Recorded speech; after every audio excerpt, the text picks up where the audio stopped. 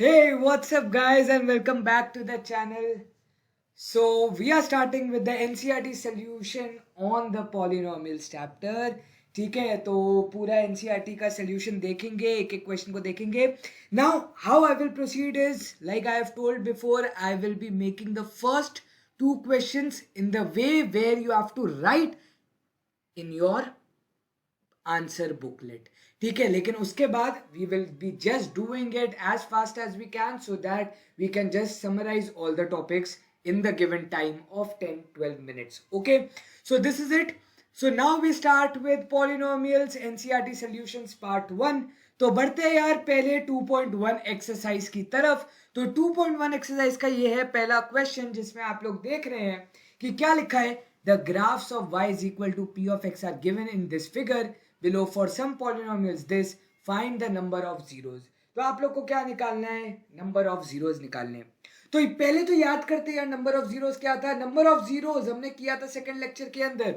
Number of zeros मतलब जहां पर intersection of the graph with x axis होगा. तो क्या फर्स्ट केस में मेरे पास इंटरसेक्शन हो रहा है विद एक्स एक्सिस? नहीं. इसका मतलब इसका आंसर क्या होगा, जीरो जीरोज. ठीक है, और अगर आप देखोगे ये ग्राफ एक लाइन है, that means what does that mean? That means it is a linear polynomial. ठीक है, तो आपने पॉलिनोमियल भी गेस कर लिया, आपने जीरोस भी गेस कर लिए. Now let's move on to the next topic, that is the part 2. Topic तो नहीं बट पार्ट 2. तो पार्ट 2 में देख रहे हैं यार कितने जीरोस पॉसिबल है भाई साहब, एक जीरो. ठीक है, एक जीरो पॉसिबल है. अगर एक जीरो पॉसिबल है तो इसका मतलब इधर आंसर में लिख देते हैं 1 zeros या 1 0 possible for the second graph. लिखना कैसे है इसका लिख देता हूं. The graph y is equal to p of x intersects the x axis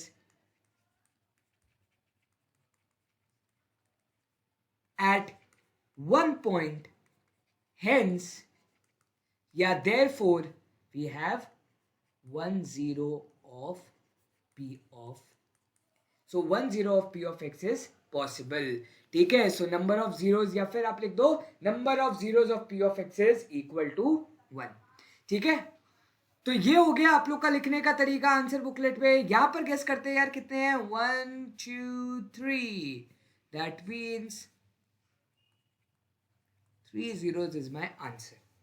यहां पर कितने हैं यार, ये पहले तो ये शेप कौन सी है, पैराबोला. ये शेप है पैराबोला. अगर ये शेप है that means this is a quadratic polynomial with 2 zeros, क्योंकि दो इंटरसेक्टिंग पॉइंट्स है आपके. यहां पर कितने इंटरसेक्टिंग पॉइंट्स है, 1 2 3 और 4. इसका मतलब 4 जीरोस पॉसिबल है. यहां पर कितने इंटरसेक्टिंग पॉइंट है, 1 2 और 3. तो इसका मतलब 3 जीरोस आर पॉसिबल.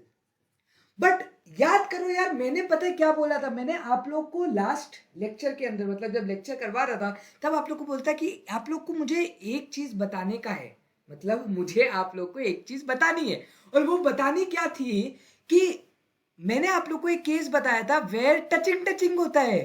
छूना पाप है, ऐसे किसी को बिना बताए मत छुआ करो. लेकिन टचिंग वाले केस में मैंने आप लोग को बोलता 1 0 इज पॉसिबल.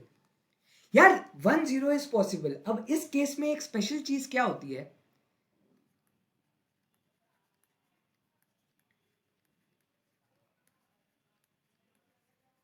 समझ में आई बात? Both zeros are basically equal, they are basically coinciding. इसका मतलब क्या, let suppose you have a graph of x square plus 2x plus 1. तो x square plus 2x plus 1 का जो ग्राफ होता है ना, अगर मैं प्लॉट करूं तो वो x इज इक्वल टू -1 से एक ऐसा पैराबोला बनता है. क्योंकि आप लोग को पता है अगर x की वैल्यू मैंने -1 डाली तो मेरा क्या होगा, आंसर होगा 0. That means you know the fact that there are two at most zeros possible for quadratic equation, but the thing is that -1, अगर x की वैल्यू में -1 डालूं तो होता क्या है, उसके दोनों रूट्स मतलब जो अल्फा है और बीटा है उन दोनों की वैल्यूज किसके इक्वल है, -1 और -1 के इक्वल. ठीक है, क्योंकि x प्लस 1 का होल स्क्वायर को मैं कैसे तोड़ सकता हूं, x plus 1 into x plus 1. इसलिए I hope you got it. Both the zeros are equal, the zeros are coinciding, इसलिए हमें क्या मिलता है, टचिंग टचिंग मिलता है। तो यहां पर भी अगर मैं बात करूं, यहां पर सिंस हमें टचिंग टचिंग मिल रहा है, इसका मतलब यहां पर दो इक्वल रूट्स होंगे, यहां पर दो इक्वल रूट्स होंगे और यहां पर वन रूट होगा। दैट मीन्स मोस्ट प्रोबेबली ये अगर इसकी मुझे डिग्री बतानी होती तो इसकी शायद होती डिग्री 5। ठीक है, क्योंकि एटमोस्ट जीरोस कितने हैं, 5 आ रहे हैं, क्योंकि यहां पर आपको दो मिलेंगे और एक मिलेंगे, क्योंकि ये दोनों इक्वल हैं। तो हम लोग कभी भी इनको एक नहीं मानते। नंबर ऑफ जीरोस 3 है, लेकिन अगर उनकी वैल्यूज हमें एक एक करके लिखनी हो तो एक बार ये वाला पॉइंट आएगा, दो बार ये वाले पॉइंट आएंगे और दो बार ये वाले पॉइंट आएंगे, एज हमने इस केस में देखा। ठीक, तो यहां पर हो सकती है डिग्री 5, बट हमारे लिए इंपॉर्टेंट क्या है कि टचिंग टचिंग में हमेशा क्या होते हैं, दो जीरोस ही मिलते हैं, but the case is that both the zeros are equal और coinciding, hence we write 1 0. I hope you got the concept. So now we move on to exercise 2.2, and that is the exercise which is based on relationship of zeros and coefficient. But उससे पहले हम लोग के लिए ये भी important है कि हम लोग एग्जाम्पल्स भी देख लें। तो एग्जाम्पल अगर हम लोग देखते हैं तो एग्जाम्पल क्या है, मुझे एग्जाम्पल नंबर नहीं याद, हमें उससे कोई लेना देना नहीं है, बट हम लोग को क्वेश्चन प्रैक्टिस करनी है। तो क्वेश्चन देखते हैं। Find the zeros of the quadratic polynomial x square plus 7x plus 10 and verify the relationship between the zeros and the coefficient. तो यहां पर आप लोग को क्या चीज गिवन है कि जीरोस भी निकालो और वेरीफाई भी करो। तो let us find out the zeros first. तो जीरोस निकालने का आप लोग के पास अभी के लिए एक तरीका है, और वो कौन सा है, फैक्टराइजेशन मेथड। लेकिन जब क्वाड्रेटिक आप लोग ने सिंस पढ़ी हुई है तो आप लोग आर्यभट्ट वो जो भी है ब्रह्मचार्य वाला यार लगा दो, ठीक है, अगर वो भी लगाना है तो डिस्क्रिमिनेंट वाला मेथड। तो अगर हम लोग को यार इसको तरीके से सॉल्व करना है तो तरीके से सॉल्व कैसे किया जाता है पहले तो हम लोग वो देखते हैं। ठीक है, तो तरीके से सॉल्व करने का कैसे होगा, आपका p ऑफ x पहले तो लिख दो। आपका p ऑफ x क्या है, x square plus 7x plus 10। तो ये हो गया आप लोग का p of x। p of x निकालने के बाद क्योंकि आपको इसको करना है फैक्टराइज, तो फैक्टराइज आप कैसे करोगे, आप लोग को पता है कि यहां पर आएगा 5x plus 2x and that would be equal to, मतलब आप 5x और 2x लिख दोगे इधर, x इंटू एक्स प्लस 5 यहां कॉमन निकलेगा, सिमिलरली यहां पर आपका कॉमन निकलेगा, and you know that the factors are x plus 2 and x plus 5। therefore my alpha will be equal to what, -2, and my beta will be equal to what, -5, या vice versa, जो भी आप लोग को जो consider करना है आप कंसिडर कर सकते हो। बट माइनस क्यों आया, because you know the fact that roots are in the form of x minus alpha into x minus beta। ठीक है, तो इसलिए minus alpha will be equal to +2, that means alpha is equal to -2, and similarly for beta. तो अगर अब आपको करना है रिलेशनशिप वेरीफाई, तो यहां पर आप लोग करोगे अल्फा प्लस बीटा की वैल्यू निकालोगे, और अल्फा प्लस बीटा की वैल्यू जब आप लोग निकालोगे तो वो क्या हो जाएगी, -7 के इक्वल। ना उससे पहले आप लोग राइट हैंड साइड पर या आप लोग नीचे क्या लिखोगे, आप लोग लिखोगे a की वैल्यू क्या होती है। ये a, b और c मेरा कौन सा है, these are the coefficients in the quadratic polynomial, क्योंकि हर quadratic polynomial कौन सा फॉर्म का है, ax square plus bx plus c। तो a की वैल्यू है 1, b की वैल्यू है यहां पर 7, c की वैल्यू है यहां पर 10। अल्फा प्लस बीटा की वैल्यू -7 है, अल्फा बीटा की वैल्यू यहां पर कितनी आ रही है, +10 के equal. Alpha plus beta actually में किसके इक्वल होता है, -b/a के इक्वल। -b/a का मतलब क्या हो गया आपका, -7/1 which is equal to -7 which is equal to alpha plus beta, and similarly alpha beta c/a की वैल्यू है 10/1 which is equal to 10 which is equal to alpha plus beta। therefore या hence the roots या the zeros are क्या है, -2 and -5, and also we have verified। ठीक है, वो आप लोग पूरी स्टेटमेंट नीचे कंप्लीट कर सकते हो, बट ये स्टेप्स अगर आप शो करोगे तो यहां पर आपको मार्क्स मिलेंगे, यहां पर आपको मार्क्स मिलेंगे, और यहां पर आपको मार्क्स मिलेंगे, और यहां पर आपका आधा mark. Generally this is a question for 3 mark. Finding roots का आपको मिलेगा 1 मार्क, ठीक है, 1.5 mark as per the requirement, ये लिखने का आपको मिलेगा हाफ मार्क, ये लिखने का आपको मिलेगा 1 mark and the final statement का half mark. So this was the question, that is your basically example जिसके आने की प्रोबेबिलिटी है. ठीक है, आगे अगर हम लोग बढ़ते हैं तो आगे हम लोग बढ़ते हैं नेक्स्ट क्वेश्चन पर, और हमारा नेक्स्ट क्वेश्चन है क्या, find the zeros of the polynomial x square minus 3 and verify. तो जीरोस पहले तो निकाल लेते हैं, सेम तरीका अब मैं फटाफट से करूंगा क्योंकि अब आप लोग को तरीका पता है. तो तरीका के हिसाब से यहाँ पर क्या हो जाएगा, x minus root 3 into x plus root 3. I know you guys know how to factorise this.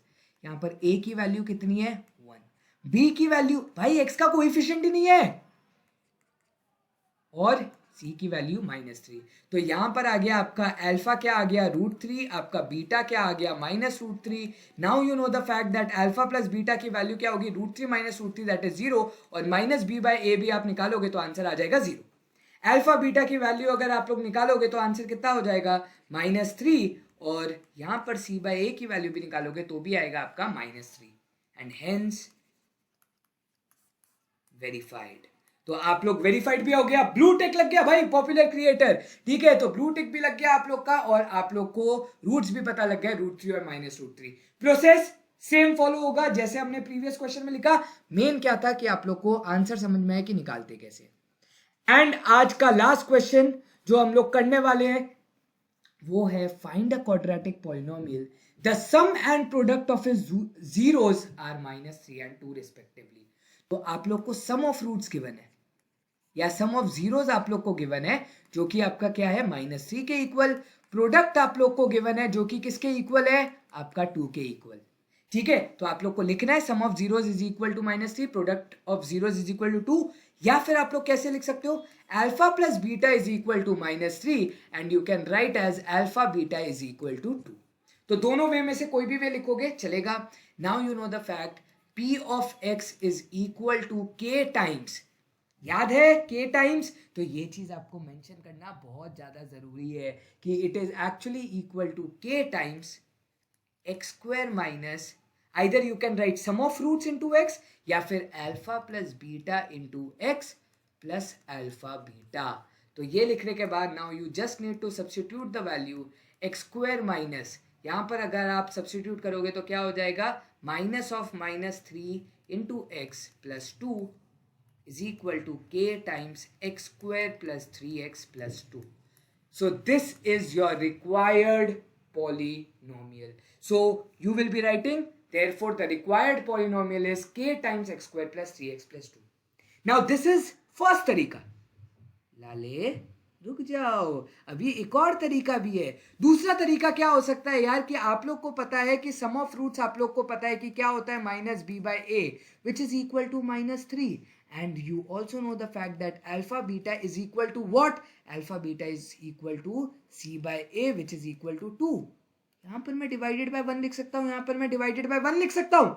इसका मतलब b की वैल्यू हो गई 3 अगर आप ध्यान से देखोगे, और a की वैल्यू हो गई आपकी 1 क्योंकि दोनों में कॉमन है, और c की वैल्यू हो गई आपकी 2. तो you can also right this given format into the form that my p of x will be equal to ax square plus bx plus c, which would be equal to x square plus 3x plus 2. But I'll always recommend write this k because infinite polynomials are possible.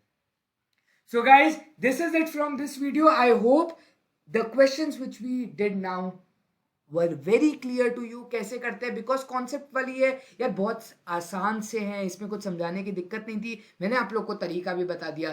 Thank you guys for watching, I hope you understood it very finally. Thank you guys for watching, meet you in the next video. This is Yojit बसीन signing off from T70. Thank you.